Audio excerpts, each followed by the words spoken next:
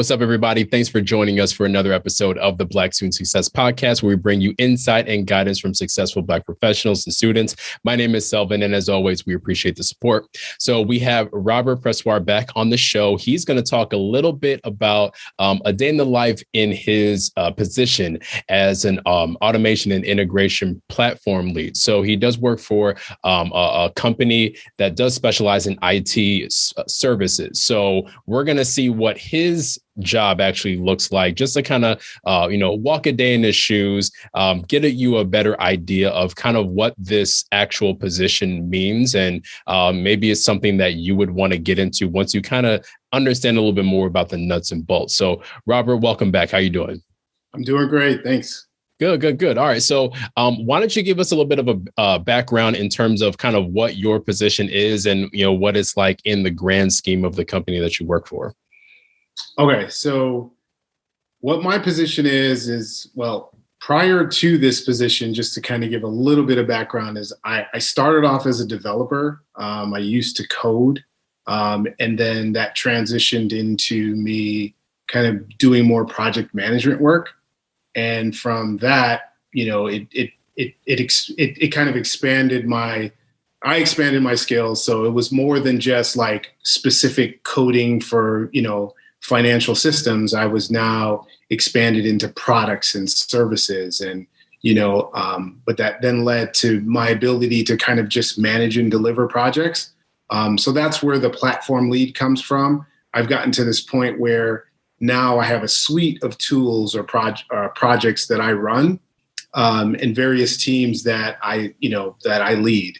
And so that's kind of what makes up my role now, is that, so from like an automation perspective, we use, there's, robotic processing automation. So that's, taking those like mundane tasks and allowing, a robot kind of to do all those tasks. So you can focus on much more, intellectual thought process or thought-provoking work. We have, the whole idea behind integration is, how do we transfer our data? How does it safely get from one place to the next? And so we have various tools that do that.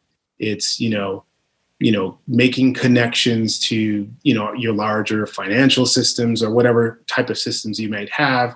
We use a product called MuleSoft. We have regular interfaces. So if you're, a database guy, there's SSIS that, you leverage to, build out interfaces and so forth. So this is just a means for data from moving from one place to the next in a safe and secure manner. And then allowing for, various end users to manipulate the data the way they need to see it. The other thing that falls under me is like custom applications. So it's kind of like the catch-all for anything else that doesn't necessarily have, and it's not necessarily tied to automation or integration, but it's our custom space. So those various tools that we have a smaller subset of folks that use, but definitely I have development teams that can support that as well. Okay. All right. And you mentioned, kind of moving from, kind of like an individual developer and then going into managing different teams. Talk to us about the two different sides of that, where you're kind of just on one side, you're kind of part of the team, just kind of doing your part, and you're seeing how, you probably have more hands-on at that point. And then moving into a role where you're now kind of managing the people who are kind of doing what you were doing before. Maybe there's a little bit of the actual developing that goes into that, but you're kind of, like you said, leading those projects. So talk to us about those two different sides and maybe what you picked up from both of those.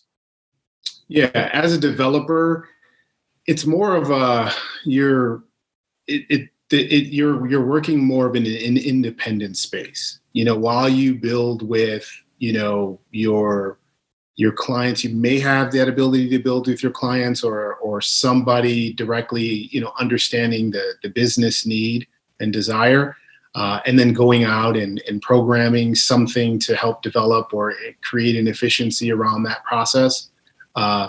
You're alone. I would just say like that life is, You might have a couple other teammates that do something similar, but you're kind of operating on an island for the most part. And it's, for those who develop, that, there's all-nighters at times, and you just get caught into, building. And so before you know it, 1 hour really is 8 hours. And it's all about problem solving and getting something, through completion, no matter what it takes. And that's kind of that life. And for me, that was my life for my first part of my career, is just constantly in the mix. But as the industry starts to evolve and change, code base and the learning languages that you once used become obsolete, and it's something new. So you always got to keep your tools sharpened.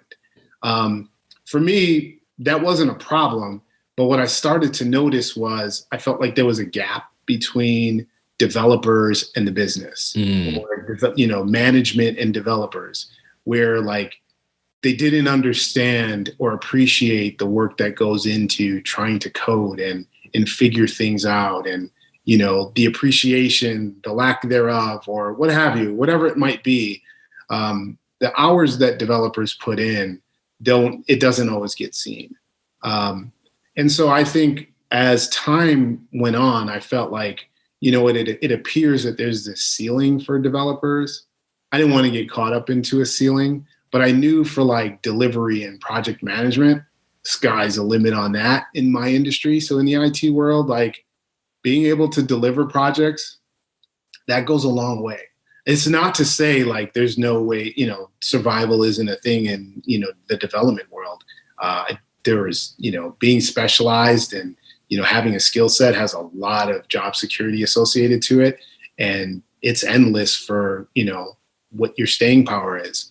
But I think for me, I wanted to transition into delivery and project management more so because I wanted to be that go-between. I felt like I understood it, and I certainly had the skill set to like work with others and, be able to, just the fact that I understood development speak and I understood the way the business worked. And so I just felt like that was my path for me. And I felt like I could move, more by going that route. And that's Nice. where it led me. Yeah. I think there's a value in being able to understand those two different languages, or at least those two different environments of, being in the space where there's, a number of hours that are being put into something. And maybe, I don't know if you face this, but I feel like sometimes, people who are in those types of roles, they might not have as much either understanding or focus on the why that they're putting all of that together. Sure. And then on the other side, it's really, like you said, kind of like the business needs, this is what we need to happen, but they don't see all of the, the grunt work that's being put into that. So there's a lot of value in being that liaison between those two spaces. You kind of see that when it comes to industrial engineering, kind of in a similar way, where there's you understand the business side, you understand the tech side, and you kind of figure out ways to make them work together or work more efficiently. So yeah, definitely. And I don't know if you, as you were kind of reaching the ceiling, did you start to try to pick those things up, or did somebody kind of, kind of put that bug in your ear that, maybe you should start kind of understanding the why, or what was that transition like when you were going from, developer to kind of like a manager? Yeah, I've always been one to just be a sponge. So it wasn't, no one came in my ear and told me it, but I was just, you see the writing on the wall, right? Like you just see how, business maneuvers and operates. And I was already, like you said, you don't get to see the big picture as a developer sometimes, especially if you're entry level or you're early on years. It's more like, here, we need you to just get, fix this piece, of the equation. But it's difficult because you don't get to visualize or see the big picture. Because you might have more input, you might have more strategy around the outcome, but instead you become this order taker, and it's, hey, this is what we need, so you fix it in that manner. And that became difficult. So for me, it was, well, I feel like there's gaps because a lot of times we build and develop things and it's throwaway work. And that's where when I mentioned like this lack of appreciation, you spend hours like figuring things out and like thinking that you just saved the world. And in the end, no, that's not quite what we wanted. You didn't understand, our picture, or that's not how it can work well in our world. And so I think with the lack of information and not really understanding how to ask the right questions early on, it created those gaps. So I think for me, it became, well, let me see, watching, my lead, they were the ones transferring the knowledge from the business or gathering the information as a product owner, so to speak, and coming back to us with the requirements. I started watching those things and figured, I think I can do that too, and so now let me just get a better grasp on doing that and slowly, asked for more opportunities and, became, the face of gathering requirements. And that was kind of the natural transition of now you're the person who's gathering what's needed to be done, but now you have to seek out and understand a little bit bigger and beyond maybe, your business understanding. So let's go research that and let's make sure we're equipped and see how we can navigate through it. So when those questions come, or, I know what to bring back to my developers now to put them in the best position to be successful. So that started slowly working for me. I started seeing success in that.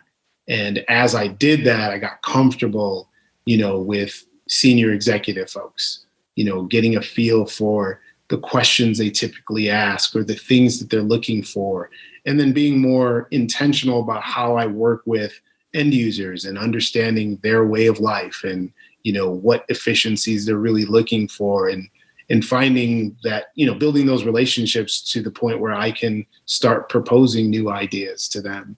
So those are some of the things that, happened in this transformation as I transitioned from developer to delivery lead. Nice. Yeah, it sounds like you mentioned, whether it was a slow or a quick development of soft skills to kind of build those relationships with, with both sides. For someone who may not be as natural as the sponge as you are, what advice would you give to them to kind of start to try to pick up on some of those things, where you're able to kind of build relationships, or maybe even kind of find what your natural niche is and start to slowly try to take on more things and build, your branding within the company in that manner? The best advice I could give someone is partner up with a peer. And then even beyond that, like ensure that you're looking for a mentor, somebody who's doesn't necessarily have to be the person at the top of the food chain.